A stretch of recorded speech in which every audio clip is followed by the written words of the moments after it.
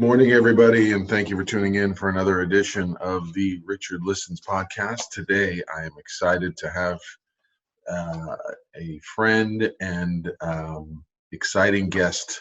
The topic that we've all been following, the coronavirus and quarantine and its impact on athletes. So this one will particularly hit home and should be hopefully an indicator of perhaps the trends that we will see coming post May 15th and all the questions that we've been facing. How are athletes dealing with the quarantine? How do they deal with diagnosis of corona or symptoms in their families?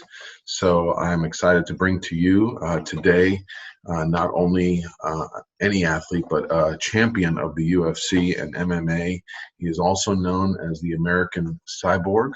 He holds a record of 21 wins and 5 losses, and he has also been a champion in Bellator Welterweight division, and now have been fighting for several years for the UFC Ultimate Fighting Championship. He is also a sensei and teaches young children and adults through Tiger Schulman Dojo in Manhattan.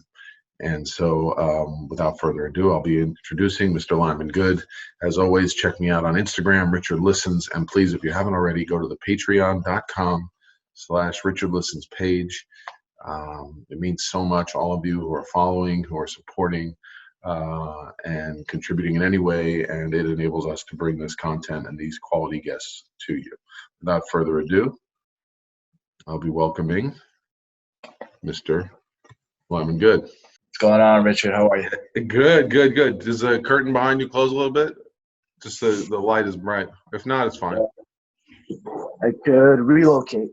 Let's see if in my office downstairs. I'm at my school right now. Oh, really? Yeah. You can see. If not, oh, look at this. People get to see. This is Tiger Schulman, New York City? Yes. It's in the Chelsea area, 22nd Street downtown Manhattan. So I'll give you guys a little tour. Little tour? Yeah. Are you still giving virtual classes to your students? Oh, there's a star. Craig, say hi to everybody. Speak. Good. Whoa.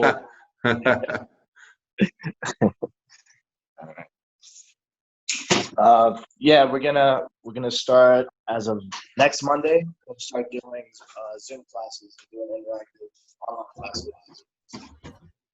That's incredible.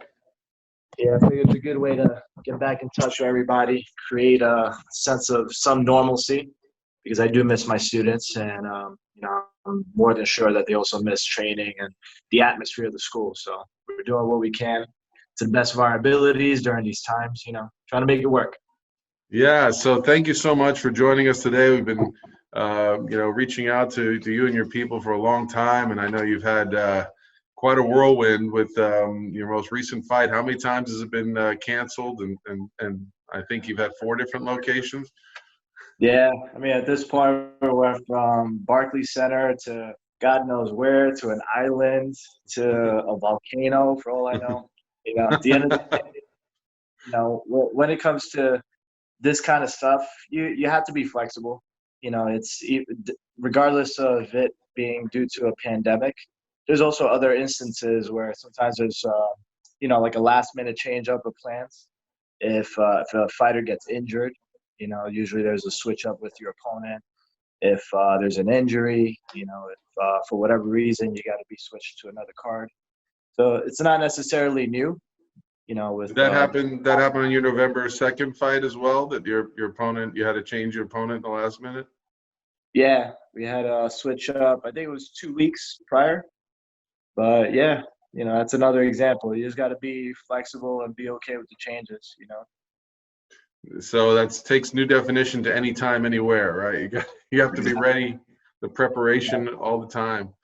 Yeah. So I know you've been very public. We saw the interview on TMZ Sports, and this has been a troubling time for the whole country. I know myself, I was hit right as the quarantine began with pretty heavy fevers, and I know my family was concerned. We saw your name flash across ESPN that you had been through some of the symptoms of corona. What's that been like for you to be, public about this experience and having, fought through it and now be back mentally ready and physically ready to fight again? It was a decision that my management and myself came with to. We decided to go public about it, but to wait a little bit till for two things. For one, for the April 18th card to launch, because I didn't want to be the reason why there would be a lot of a lot of public bashing towards the event trying to happen in the middle of this pandemic, and yet one of its athletes happened to get it. So I didn't want to be the one of the things to put a hindrance to that plan. And the other was also because we wanted to wait till I beat this thing, which I was very positive I was going to, so that there was a different sense of the story when I go public with it. And it was not the story of me catching it, but more rather the story of me beating it. Because we hear too many voices from the other side being the side of fear, the side of those who haven't got it yet, the side of society that is misinformed and doesn't know a lot about this, and rightfully so, they're afraid because of the lack of knowledge that there is out there about this thing. But I figured, it'd be a good way to also use my platform and my reach to publicly come out and let everybody know, hey, I got it, just like, thousands of other people and also thousands of other people who beat this thing. So did I, so I wanted to shed a little bit of a positive, light to this whole thing. I didn't want to. There is an awful lot of positive coming out of it. And as an athlete, you're right, preparing, the care you give to yourself. I mean, how much of that tied into how you handled even overcoming this, this illness? It feels like there's layers to it, I mean, in essence, my spirit is always the martial artist spirit, that mentality that no matter what, always fight through everything, always be tough, always be positive, and know that you're going to get through things, just like this, everything else in life is a challenge. It's just another, it's an obstacle. And you have to meet obstacles with the right mindset, because it'll either make or break. If your mindset is destructive, and it's negative, then you're going to have a hard time getting through challenges. I feel like my inner, essence of martial arts is what kicked in to get me through this as well, mentally speaking. As far as physically, I think a lot of my training that I was doing already did help me, because I was in great shape, ready for the April 18th card. And then I think it kind of held me over, and it helped me to kind of, get through the symptoms and, kind of beat this thing as well. So I did have a little bit of a head start in terms of, maybe fighting this thing. But at the end of the day, there's also, if you realize, there's a high recovery rate for this thing as well, whether you're a fighter or not. But I think what's more important besides, the body, because the body's going to do what the body does. We can't control that. It'll fight the disease no matter what. It's more of the mindset. And I feel like that's where really the problem is. And that's an ulterior pandemic that's happening in the midst of this pandemic of the virus. It's the pandemic of the mind and the war we're creating with ourselves, being locked down in our apartments right now, in our homes. Yeah, it's a really important thing, and I know, just reading all the psychologists in a Facebook group, it's like that's enough to send me overboard after 30 minutes of that Yeah. chat. Can't imagine for you, like how you feel about all this, man. It's crazy. And it's been a great opportunity to treat people on the front line, doctors, social workers, and how much anxiety and what steps they have to go through just to feel comfortable at night, that they're physically and emotionally safe. Yeah. But you really highlighted, right, that the champion's mentality applies to all situations, and the mind-body connection, how your body responds to messages of, resilience, of I'm going to fight this and take an approach to dealing with this illness like I would to anything else in life. So was there any part of you, I mean, we're still human beings, there's still disappointment. I mean, I know this was an event that a lot of fighters, you look forward, you prepare, you set your sights on a goal. Was there initially like a little bit of like, like even myself as an athlete who takes really great care of myself, can get exposed to this, or a little frustration that in having to share that athletes also can come in contact with corona? I think, one of the things when I started doing the interviews and I went out public to let everyone know about it was to give, to allow myself this sense of vulnerability, because there's so much, it's almost taboo, like, to even speak of it at this point. But there's, so much negative lights around it, the virus and catching it, and so much imminent fear just towards it, that it's almost like if you got it, there's almost like a sense of shame to it. You know what I mean? Like, so that's another reason why I wanted to go public, let everyone know, like, hey, listen, I fucking got it.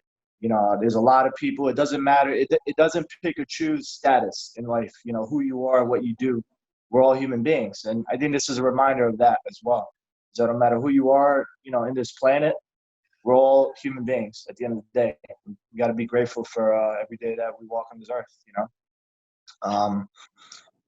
What was the other thing? I think the other thing too is support. I did Yes. have a lot of support going into this, and a lot of it was actually from the UFC, from I was Dana going to White. ask you that. He had called me. Yeah, he called me up himself.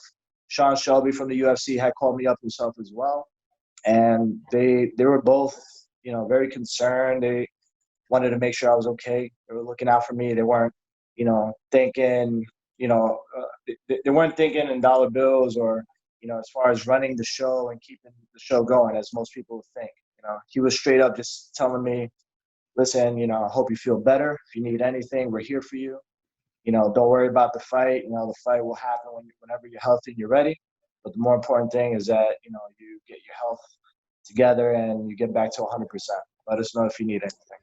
And that's a positive. This was coming from Dana White himself, Yeah. And that's really positive to hear that from the top of the organization. I know that they, lost revenue and had to cancel events, across the country. And a lot of people stigmatize UFC, right? Oh, it's not, right? It's inhumane, right? It's just gladiators out there. But it's good to hear that, the athletes are valued and health is valued at a time like this when the chips are down. That you beat me to the punch about what kind of support the UFC is offering at times like these. Yeah. I mean, they were very supportive.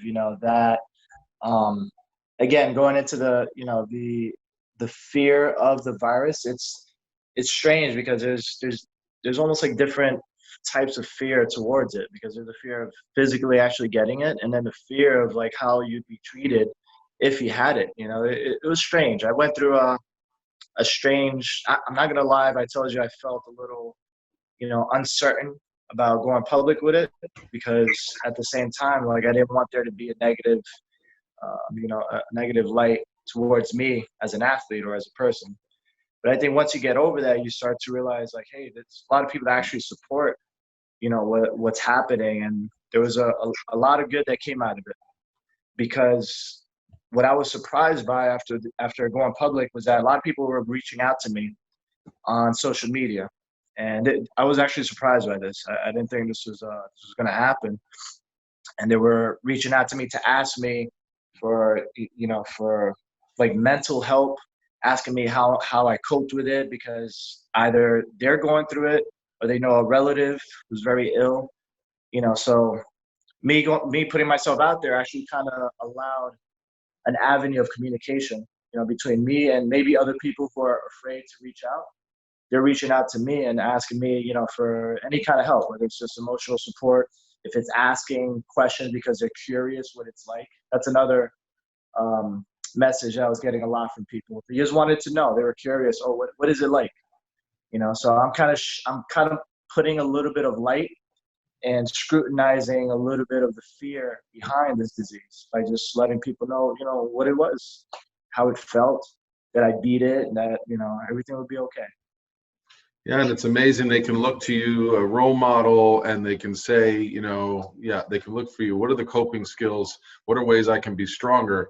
Because you're touching upon so many things: stigma, shame, People we know with mental illness are always afraid to identify that they've ever been depressed, they've ever been anxious, right? A lot of teen athletes come to me the minute the parents hear that there's anxiety in the conversation. I say, no, what does anxiety have to do with performance, right? So, they want to compartmentalize that we always have to be this physically, mentally focused warrior. And the truth is, warriors go to internal battle as well. And they go through trials and tribulations to be where they are. My next question for you, Lyman, was how does an athlete stay motivated through quarantine or coming out of so much fear and so much stress surrounding their sport? I think I'm fortunate enough to have two. I wouldn't know what you would call it, but basically two reasons or two purposes that I feel that I serve. Aside from the fact that I fight, and I fight for a living, and I do that for myself, is that I'm also an instructor, and I teach people for a living. So that I don't do for myself, that I do for others. So I have something that's selfish on one end and something else that's selfless, that's giving. So those are the two reasons to tell myself, like, listen, we got to get through this because I have to get back out there. I have to, go back to the battlefield, heal up, almost like a soldier's mentality. Like, all right, you got shot, pull that bullet out, dig it out from your thigh or wherever it landed, patch it up. We got work to do. And then the other mindset was, listen, like, this is, not the time to be complaining, not the time to be weak. Let's beat this thing and let's get back out there because students depend on you. There's people that are looking up to you. We got to, show them all the way. We got to show them how to be positive, not going into the fear of it and not just being positive because we haven't caught it. But if you caught it, all right, big fucking deal. Like, we could still be positive afterwards because look at me. I beat it and life goes on. It'll be okay. Yeah, it's like it's another victory. It's another triumph when we overcome, something this scary. And it's mostly scary. Like you said, there's so much that goes into I'm giving a presentation to athletes who lost their season, the unknown, right? It's a form of grief, which in general people are really scared by. And we got the dog coming in. Somebody in the studio. For those of you listening by audio, Lyman is present in his dojo at Tiger Showman's in Chelsea, New York. He's got his two belts above his head. Which are those two? Are those yours?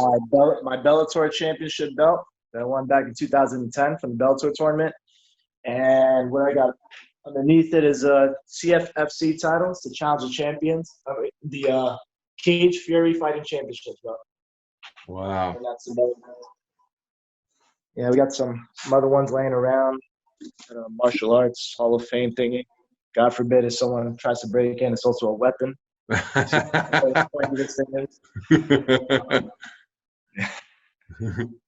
my dog. He's just patiently there waiting for me. Oh, that's great. I was going to say, of all the photos you sent over, the picture with you and the dog, I was like, that's the happiest you look. Yeah, it's my baby right there. A lot of people have been saying their animals during the quarantine started acting a little bit like clingy or different. Did you notice any changes?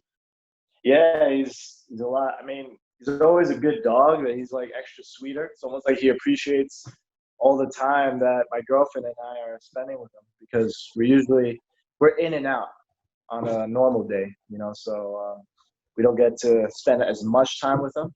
So he's loving it. He's loving his quarantine. Right? Yeah. Like another walk. Yeah, exactly. So, you mentioned being in the studio and starting some Zoom classes for your students coming up who are probably anxious at home and missing their martial arts outlet. Do you see any changes to the sport in the short run? And has your training camp, is it going to look the same, or what changes will there be? So there'll be obvious restrictions towards my training camp, due to the virus and the fact that I already got it. Now I know, all right, we got to be careful and really tighten up, certain safety precautions. So I kind of have my method of training pretty much outlined, and I know how I'm going to go about it because I am looking to fight very soon. As a matter of fact, I'm in talks right now with my management, and I was discussing with Malky, who's my manager, and Abe. They work together, and we're looking to do something in June, as early as probably mid-June. We're looking. So we got to do that. But in the meantime, I also want to do something for my students. Like I said before, I'm a fighter, but I'm also a teacher. And this is a fight that we all stick to together. So while I'm doing something for me to get ready, as far as training, I'm going to do something for my students as well to get them training, help them get through these times. That's great. That's wonderful. Yeah, I'm sure they were concerned and relieved that you're on the healthy track. Did they all follow your career, or did some of them come out and watch when you fight locally? Yeah, no, absolutely. I have I got a very close knit connection with my students. It's very close knit, very family oriented. So we've been talking throughout this whole process. I message them every now and then to ask them, how's everyone doing? Is everyone healthy? Everyone good? There's such a strong support system that I have amongst my students. It's amazing. I'm truly blessed to have that kind of support from my students. And your relationship to Tiger Schulman, was this the dojo you grew up in, and what does it mean for you to be a sensei now at Tiger Schulman? There's a strong sense of pride that comes with it, because Tiger, the man himself, Danny Schulman, and his brother Ron Schulman, they've both been a very crucial element in my upbringing, since I first started training about 17, 18 years ago. And they've been mentors to me. They've been like fathers, So for me to represent the school, for me to go out whenever I fight, to wear my flag proudly, there's definitely a strong sense of pride that goes behind it. And it's also a sense of gratitude to be able to give back, because I've learned so much from them. And I've learned so much throughout the years, growing up through the Tiger Schulmans, that it feels great to be able to pass that on and give it to other people, because I'm sure the way it's helped me, all I can hope for is that it'll help, at least one of my students. If I can make one change in somebody's life, then I feel like I did my job. But if I'm able to do that, for as many people as I can, for the people who follow me and support me and all of my students, then even better. That's beautiful. Yeah, as a student of martial arts myself, I can just say that the gift of having a place to go, a studio that's safe, and an instructor that's there for you and pushing you is it's a tremendous way of giving back. And we're thankful for you being there, providing that. I know that a lot of kids are jumping off the walls physically. And so they're waiting for your Zoom classes. The parents are going to be thanking you more. They're waiting. Yeah, the parents. I think the parents are more excited about it than the kids. Well, it's very confusing. You miss. You can take them out and do stuff in the driveway, but without playing or being in a class with other kids, there's something that you lack without having an opponent. And I'm sure you experience that as well, when you don't have a sparring partner or someone to train with. At some point you plateau. Yep, it's very true. And Tiger Schulman is all over the New York area. How many schools? So in New York we have two. It's this location, and we have the Gramercy location. It's not far from here. It's on 23rd Street. It's about a few blocks from here. Aside from that, we have locations in Brooklyn, in Queens, Long Island, Staten Island, and we populate a lot of the tri-state area. We also have locations in Pennsylvania. We have close to a little under 50 locations, but a big portion of them are in New Jersey, and we have several spread out throughout the tri-state area. As far as Manhattan, we have only two. This one and the other school that's on Gramercy on 23rd Street. Yeah, well, it's terrific, and I really hope. I know people probably stuck in their apartments are waiting for that outlet, and thankful that you're back. Yeah, for sure. Send that bat signal out to everybody. That's right. That's right. Do you have a release date yet for the classes? Yeah, Monday. Next Monday. Yeah. Great. Be happy to blast that when you get the link up. Yeah, thank you. Put it in the show notes for all the people out there who want to get a class with Lyman and think they're ready for MMA caliber workout. We'll Yeah, see. that's it. All they need is a little, 4x4 area. Get some gloves on ready, or you don't even need gloves. Just a little bit of space, a little room to kick around. And don't do it near anything that's expensive in your apartment or in your house. And we're all good to go. That's all we need. That in our mindset. Our minds up and ready to train. Yeah, you really are focused on the champion and the fighter's mindset. How do we teach, young men to get over fears, to understand that there are these things in the world that we don't understand or that we're scared of, and yet still show up to improve themselves and not run from it? I think it's a twofold system. You can't just talk about it. You can't just tell your kid stop being scared, because words don't sink in, just by telling someone to do something or be someone that they're not. So it's a matter of having the right atmosphere. So that's why during the kids class, we do a lot of, we encourage students to either raise their hands or to do little things, little bits at a time, that will elicit a little bit of fear, because everyone has a natural fear of public speaking or doing something in public. So we encourage students to raise their hands, to come up and demonstrate. So doing that a lot of times over a period of time starts to chip away at that fear that most kids tend to have when they're younger. That's one. And the other is to talk about it. At the end of the classes, we have discussions. So this way we kind of, finish strong with a good, either a story, or we'll just have, a straight up conversation with them. Talk to them like they're adults, man. The kids understand just as much as adults understand too. You got to let them know what fear is. You got to also normalize it in a sense where, to let them know, don't be afraid of it. Don't run from the fear. Fear is okay. Sometimes fear is a good thing, because it encourages us to have courage. And courage really is what you do in the face of fear. A lot of people think that we have to avoid fear. Everyone fucking feels fear. I feel fear going into the fights. Soldiers they feel fear going out to the battlefield. There's fear everywhere.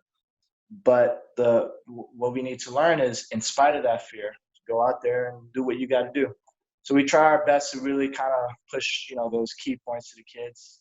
And a lot of it, honestly, is just demonstrations. Whenever we line up the kids, myself or my other instructor who teaches them, we'll do a demonstration on the bag, and then we'll turn around and be like, all right, who wants to come up and demonstrate in front of everyone? Obviously all the kids are like, oh shit. Like, Not me, not me. But then they get excited. They're like, okay. And then they raise their hands, and then they'll come up. And then the other kids will see that one of them, came up and demonstrated. That it's not me always demonstrating all the time. Because of course I feel comfortable here. This is my natural habitat. But if we could get a lot of, the kids themselves to come up and do their demonstrations, to give speeches. Whenever we give award belts, sometimes we allow the kids or the students to come up and give like a little speech, to kind of give them the floor, so that they overcome that fear. Little things like that. I think it's, like I said before, it's a twofold system. We discuss it, we talk about what it is, we describe it, we define it, we give it a shape and a color. And then the next step is to, do little things that'll, smaller things that'll encourage over time that sense of confidence, such as having them come up, in front of the class and demonstrate, or to speak, like little things like that. You said so many things just in that, and it's really refreshing, because first thing, people always ask, if you ask an Olympic athlete or Michael Phelps or Michael Jordan, there's no way to eliminate fear before a big game, Yeah. So I don't know if you've gotten a chance to watch a little bit of The Last Dance on ESPN, but they go back, to some of his games where he was, lost to the Celtics or lost to the Pistons. It wasn't a positive feeling when you're losing and getting beat up, right? So this message, that this illusion that even as a fighter, you wouldn't have something to overcome on the lead up to a fight.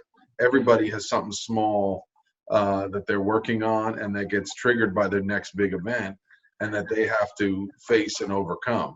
It's a constant process. but starting with even raising your hand, I really like that, because there's that fear of like uncertainty, even as the hands start to come up, you Yeah. see, and just It's the getting slowest, confidence. it's the slowest hand raise usually. It's like starts off here, then like you're looking around. Like, Apologetic. I think I can do it. Sometimes I'll just call them up, because sometimes the fear is so predominant, and it's such a strong presence in some people that they may want to do it. There's a chance that they probably do it, but they won't even have the courage to raise a hand, even the littlest bit. So sometimes I just call them up, be like, "Hey, you come up, come up front," and they'd be like, "Oh shit!" I get so scared, but well, it's sometimes modeling, and it's modeling so many things. And then you said, demonstrating, right? So you're demonstrating the movement, but you're also demonstrating that they can train in safety, right? yes, Nothing bad is going to happen to them, or if they do the move wrong, they're not going to get shamed, or right. There's a learning experience. Everything is corrective, yeah. because to be a fighter, you have to fail, right? I mean, in any given fight, how many of your moves are executed incorrectly? Exactly. And I think we live in a time where, I mean, it may not just be now, it's probably for always, for as long as we can remember, but we sensationalize glory and we sensationalize success. But what we don't really put a lot of light on is what led to that success and what led to something being executed the way we wanted it to. Is that it took many hundreds or thousands of times of doing that same move, taking that same free throw shot, practicing that same sequence in the dance move, whatever it is and whatever you do, it's doing it 1,000 times and not getting it right until eventually you do succeed. But all we do is we see the success, we see the game when it happens live, we see the fight when it happens live, but we don't see what goes on in the dark, where people just fail and fail and fail until they succeed. We have to be okay with that.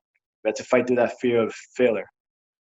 That's right. That's right. And everybody wants to be the one who makes the winning shot. Yeah. And they underestimate not only the physical work, but the emotional work. I have a picture of John Wooden over my shoulder, and I was reading in a book this weekend, that he used to teach players at the first practice to tie their shoes. So, I kind of laugh at that, like, most college age men don't know to tie their shoes. But, I think it was this metaphor of, you have to show up and be ready. And if you're not ready, or if you have to take time to stop and tie your shoes, you're not going to be focused. So, the power of preparation, the power of focus. And I know, do your students wear belts? Yes. So the power, like tying your belt correctly, it's like the And first that's thing you tough. do, right?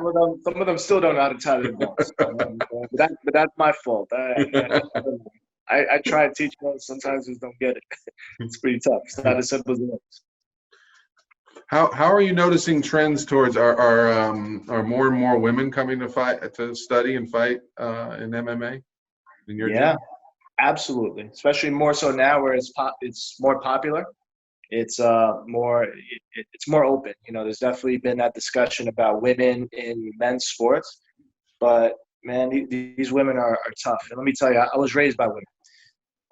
My father wasn't around. I didn't really have a male figure until the Shulmans, the Shulman brothers, Ronnie and Danny, they stepped into the picture. But I was raised by she-wolves, man. Women are tough. They're very resilient under pain and duress. And we live in a society where now it's very important, more now than ever, for women to know how to defend themselves. Because aside from obviously learning a life skill such as self-defense, it's also empowering to women. And it's empowering for them to know something that's cool, like martial arts. They know how to fight. They know how to choke a full man out, who's twice or three times their size. That's very empowering to women, and that goes a Yeah. long way. That goes a long way with confidence as well. It's no different than how a child needs to have confidence in order for the development and his growth. Women also need confidence, especially these days where there's a lot of crazy people out there. They need to know how to defend themselves. Yeah, and when you look at body language, just the feeling within yourself that I can protect myself, or when you see someone coming that you're already aware and thinking to your training is a lot different than sending a message of fear or vulnerability. And sometimes that's enough to deter an attacker, right? As they can feel that somebody knows what they're doing and is not afraid within themselves. And same thing when it goes to bullying, right, in school. It's not necessarily about hitting the bully. It's about not fearing the bully internally.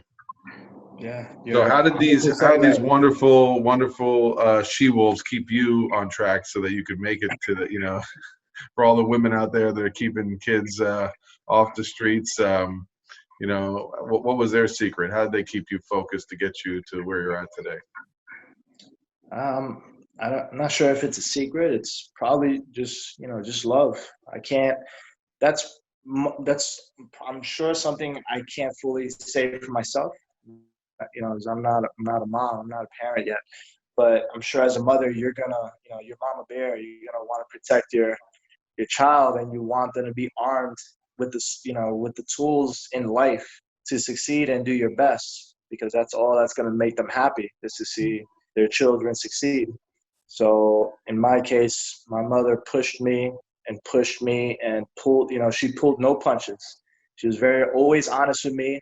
She would smack me around, metaphorically speaking, physically speaking, to snap out of shit sometimes, and she would always tell me how it is. But it's because it came from love. It came from the fact that she just very wholeheartedly, there's nobody in this world that would want you to succeed and would be genuinely happy for your success than your own parents, So that's beautiful. Yeah, coming from love, but truth. Yes, because there's love, and then you're lying to the person because, for whatever reasons, you don't want to hurt them with the truth. But the truth has to hurt enough for you to make a change that's going to, have a domino effect later on in your life for there to be success. So what do we say to the sports parents, right? Because I get a lot of parents in my office, they're on the sideline, they're trying to control the coach, they're trying to control the sensei, right? There's so much of them in protecting or preventing their child from going through adversity. What message can we kind of send, right? That trial or that challenge may be the best thing for that particular I always developing athlete. remember, I get parents like that who sometimes want to step in, and they're like, oh, they're so scared of, their child going through these challenges. And I get it, I get it, not as a parent, because, I'm not a parent yet, but I get the desire to want to step in and protect your child from falling, from trying to do that move, or from feeling bad because maybe he just had not a good day of sparring, and he was probably tearing up and crying, so I understand it. What I always remember that, in this world, when it comes to children, you can't child-proof the world. You have to world-proof your child. You have to arm them with the tools that later in life, when things really matter, when the choices that they make really matter, they're going to be strong enough to make the right choices. So we want for them to go through as much adversity as possible, because adversity at a very minimal level, when they're children, they're going to go through it. But understand that no matter how bad you feel for your kid going through that adversity now, it'll be worse when they're older. How are they going to deal with peer pressure when it comes to other kids telling them to do things, that may not be good for them, trying to push drugs on them, trying to have them join gangs, or to just do the wrong things. They need to have gone through enough adversity for them to learn how to simply say no to the things that need to be said no to say yes to the things that need to be said yes to, and they have to trust the coaches as well. I think there has to be an element of trust as well, between the parents and the coach or the instructor or whoever in question. And when you trust them and understand, like, listen, I'm going to give you full reins, you do your job and I'll do mine, then there'll be now like a union. There's a partnership. It's like we're tag teaming. On the mat, I'm training your child to be tough, to toughen themselves against this world. And at home and everywhere else, you're being the parent and you're doing your job. And together we could conquer this, this aspect of, adversity, leading to success later, leading to strength later on in their lives. Yeah, it really does take a village, and the Richard Listens guide, Crossing the Threshold, that hopefully will be out later in 2020. We're going to talk about, it really takes a village, right? The power of your support system. And I like how you phrased it, Lyman, right? It's really a team.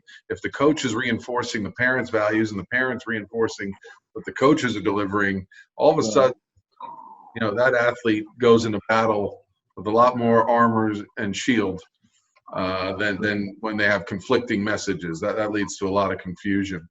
But hopping off, Lyman Good, the sensei, and getting back to Lyman Good, the fighter, you have gone. Your fight with Bilal Muhammad went from your home court to Vegas, to Florida, and now to Abu Dhabi. how are you dealing with that? Is it a welcome vacation, or is it like overwhelming? You have to be able to micromanage the stresses of the constant changes, because it is stressful. I'm not gonna lie about if I told you it's not stressful, because you're really preparing for something that is important. It is big.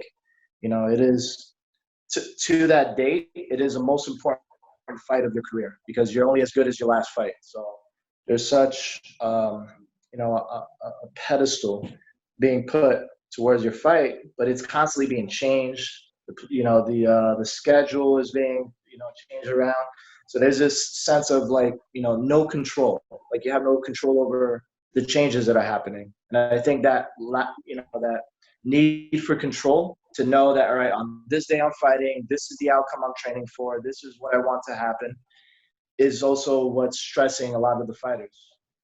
And I think there has to be just this element of listen, I'm going to do my part and train, and just, train my ass off for whatever date, whatever place. I'll be ready. I'll be ready no matter what.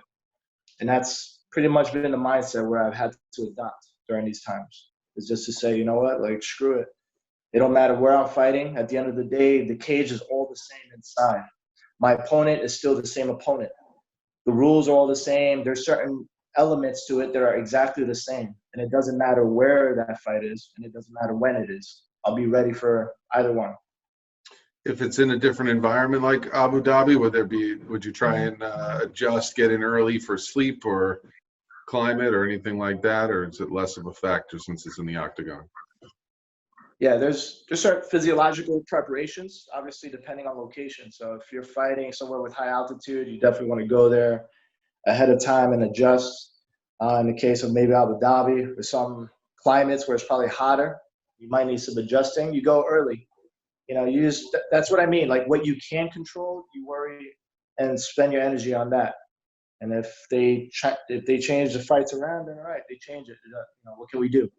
If they make it in Abu Dhabi, okay, no problem. I'll go there earlier and train a lot there, so I adjust, to the time change and to the climate. So you're right. But every fighter's up against the same. Sorry? Every fighter's up against the same challenge with that. Yeah, I feel like we're all in the same boat when it comes to that.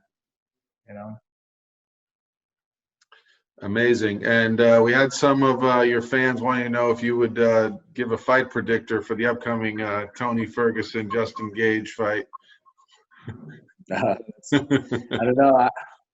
I like Ferguson. I'm willing to push his chance to Gaethje. Man, he goes out there and puts it all on the line, and he's got knockout power. He's got the abilities, because he doesn't give a shit. He'll go out there and just swing, knowing that it's do or die. So that kind of mindset is what you need to fight somebody like Tony Ferguson. But I think distance-wise, the more the fight goes, Ferguson's got a gas tank on him. And he gets more and more, more bold as the fight goes, more violent as the fight goes, So I'm very interested myself to see how that fight goes. I'm excited for it. Yeah, really a unique element is that, right? No matter who your opponent is, that one really good strike, can end it. So the awareness of what their tendencies are and what they like to go to has to be part of the preparation. Yeah. It's preparing for the unknown, for the known, for everything. There's so much that there's so much you don't know going on to fight, that part of the preparation of a fight is to just go out there and just do your best, not worry about being in control of everything possible, because in MMA all it takes is one punch. So you just got to go out there, just fight your ass off, do your best, leave it all on the line. So I know in the past I've been dying to ask you, you've talked about sleeping in the cage to prepare leading up to a fight. Is that part of the regular lead up, or is that only on certain occasions? Yeah, that was for this guy right here at the Bellator tournament. I spent back then, the Bellator tournament, we were fighting every month, every 30 days pretty much. So for 3 months, I spent sleeping. I spent 3 months sleeping at my gym. And my coach said, why don't you sleep inside the cage? Start getting territorial, start getting that mindset, and I'm thinking, okay, it all makes sense to me, because it's like a dog who gets territorial inside his cage, and then you put another dog inside that cage with him, he's gonna try to fight for what's his, so I think. So it really gives out a primal sense of ownership and territory for your space. Yeah, absolutely. There's that, and there's also just knowing, that you're doing everything you possibly can, even on an unconventional level, that while your opponent is sleeping in the comfort of his own home and bed, you're sleeping inside a damn cage for 3 months. And, that trigger, when you step into that cage and you look across and you see your opponent, you think that, and it's almost like you're asking yourself, like, how dare you? How dare you step in this cage with me? So you need that kind of mindset, that territorial mindset, that killer mentality. So, that to me is why sleeping in the cage helped during that tournament. It tweaked my mindset in a very, very unique way. I think your mic may have gotten covered up. Can you hear me? Yeah, it got a little duller. Let's see. We can still hear you okay. But that was priceless. Yeah. So the message to yourself, right? What are the messages we're setting ourselves, and why we do work with athletes on affirmations, right? And how bad do you want it, that you're willing to do absolutely anything and everything, and how much does that come in? How much of fatigue, how much of not even allowing the possibility of giving up when you are in the middle of a fight comes back to that training.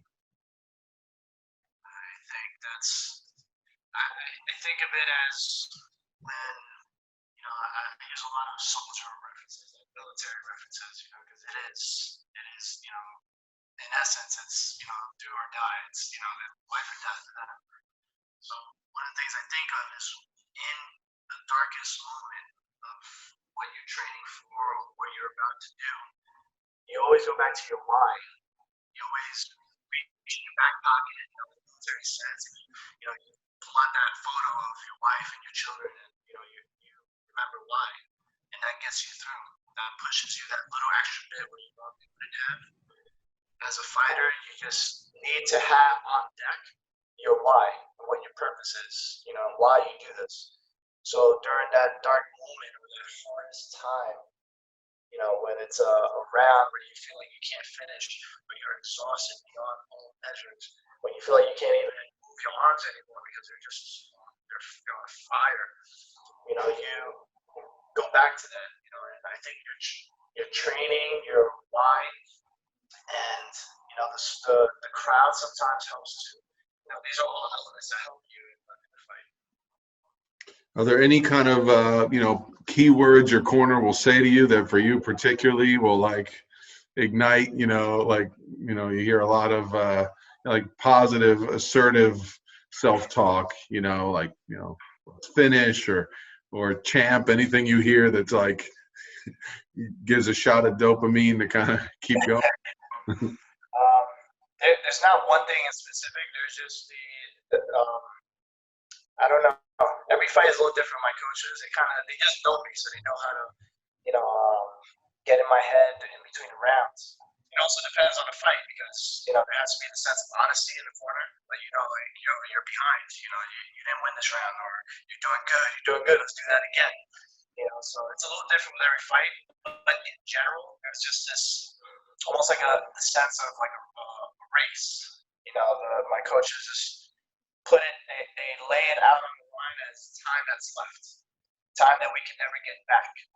They say, okay, after the first round, okay, you did great that round. We have 10 minutes left. Okay, 10 minutes for you to feel amazing about yourself, to feel glory, to feel that, so proud of yourself. Or in 10 minutes, you're going to feel bad. You're going to feel terrible. You're going to feel like you didn't put it all out there. So that'll get me motivated. I go out there, I come back. There's only one round left, right? You did okay. We're not sure we won that round. You only got 5 minutes now to decide. So they kind of use that whole element of They time. give you a bigger perspective of seeing the whole fight. Yeah. Instead of pushing forward and working towards, it's what's left. How much time we got left for there to be that the award. The reward is either you feel great or you feel like shit. And my coaches just leave it out. They explain it to me in that sense. They say, and when you break it down into increments, right? just like at a workout, right? One more round, or right? When you give somebody a shorter term goal, they can push themselves. Okay, I can push myself for 5 more minutes. I can push myself.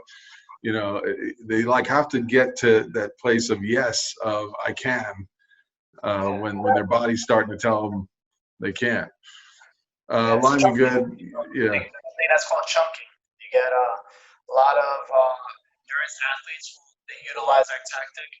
They'll take obviously the long goal of the miles and miles of grueling, running, swimming, all that stuff, triathlons, all that they're doing for long periods of time. They just chunk it over a smaller period of time because you can say yes to another minute. Then after a minute, can we do another minute? Yes. After that minute goes by, can I do another minute? Yes. So when you chunk things into smaller pieces, pretty much like you said, it makes it more attainable as far as a goal. But if you think too far ahead, like, oh man, I got another hour of this, I got this whole lake ahead of me. Oh, then I got to ride the bike for these amount of miles. Then yeah, it's grueling. But if you can just compartmentalize and then chunk things into smaller pieces, it's more bearable, and you'd be surprised to see how far you can push yourself when you look back and realize how many increments you've passed already, you succeeded through. Right, and from your training that you've already done it, right? You've already kept going, and you see the whole picture come together. Lyman Good, I'm so grateful for your time. We're so thankful, your fans, that you not only overcame and fought through Corona, but you're willing to stand in front of it and come out and reduce the stigma for a lot of athletes in all the different sports right now that are home in transition. Can't wait to get back out there. Please share with our listeners how people can get a hold of you and begin to follow you and find out all the details wherever the next fight may be. Yeah, absolutely. I'm on social media under Lyman Good MMA, and on Facebook, you can find me under Lyman Good. And I do want to put out the message as we first started, the podcast by saying anybody who feels like they need, someone to talk to during these times, anyone who knows someone going through it, they need, assistance, and they're just afraid to ask other people. You guys could all reach out to me. I'd be more than happy to help, whether it's just someone to talk to, someone mentally help you get through it, or to, share some of the stuff that I did and some of the Russian remedies my girlfriend put me through to beat this virus.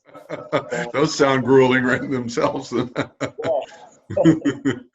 Yeah, you can find me under Lyman Good MMA, pretty much, on Twitter and on Instagram, and then on Facebook, just Lyman Good. And we'll have photos of Lyman, including some of his pictures with his championship belts and the promos leading up. We'll put in the show notes all his contact information and hopefully information on the upcoming fight. to all my listeners, thank you again. Richard Listens, Instagram.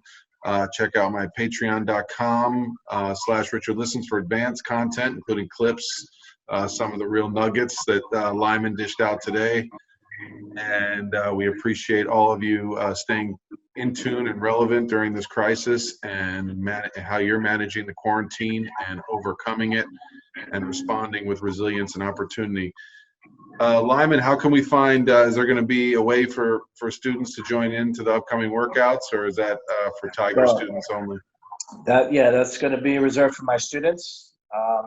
Again, they could also, so on tsk.com, we do have a series of online classes that are open to anybody who wants to, follow along and train and do some at-home training.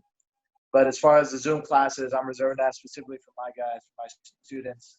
But it doesn't mean you guys can't be, part of our training. Like I said before, you just go to tsk.com. You can also reach out to me on my social media if you guys are interested in joining those Zoom classes. I'd be more than happy to get into more details on how to do that. It's amazing. Sorry, it's a little loud right now. So. It's okay. Yeah, we've been lucky. There's less fire engines. I hope things in New York are calming down as we attempt to reduce this curve. And I know it's been challenging being in quarantine, and we can't wait to follow you leading up to the next fight. And have they announced a date, or when do they? We haven't made an official date, but it looks like the time frame that I am aiming for is mid-June. I want to say at some point in mid-June. But I'll be hearing pretty soon, because my management is talking with the UFC right now. And as soon as I find out, you will all be the first to know about it. I will post and share and, keep this thing going. Keep basically another analogy of we have to move forward, and show to the world that, listen, shit happens, but we have to just stay resilient, be mentally tough, and just keep moving forward. That's what I intend to do. That's beautiful. Thank you so much, Lyman. Sports, so much a part of our psyche, our culture, our ethic, and without it, tremendous grief and loss. And it's been great to identify, hitting the books, looking at other areas of our skills to build up. But there's just nothing like when they wave that green flag and let us get back out there and play. Yeah, I hear you. And there'll be a little bit of time that it'll take. Even when things are okay, we do get that green light. There's going to be a little bit of time that it'll take until we are 100% normal. But, in time, I think in time, we just have to be optimistic and just know that this will pass. And, little by little, we'll regain a sense of normalcy very soon. That's true. Are you preparing for that maybe there'll be less fans allowed in, or things like that in the initial fight? In regards to fighting? Yeah, social distancing and things like that. You mentioned some of the changes that might come up. They might put a limit to how many people are at the arena and stuff. But we live in an era of social media right now, so we may be physically social distancing from one another, but during times like this, we're getting more and more in touch with each other through social media. We're using these outlets, which is a beautiful thing during these times. So I think even if physically I can't be around people and fans and students, we're definitely in contact with social media, which is a huge plus for us right now during this time. Yeah, it's beautiful. Thank you for highlighting that. I know I've done more podcasts in the month of April than I think I had done in the previous 11 months combined. It's the power of people staying connected, reaching out, using these tools, this technology to train, to stay connected, to be support to other people who may be going through fear, stigma, and could be needing those next tools and steps to become resilient and overcome everything they've just gone through in the last few months. It's now available and accessible. So thank you for using this platform to do that and sharing time with me today and my listeners. And we look forward to every step leading up to the fight and all the work you do mentoring and training young athletes. Thank you, Richard. Appreciate your time, and thank you for what you're doing too. Spreading the gospel. Very important. Appreciate you. Preach on, preach on. I always had a spiritual quality to my sports following. Yes, sir. Thank you for all you tuning in. I'm Richard Listens, and on behalf of Lyman Good, I'm out.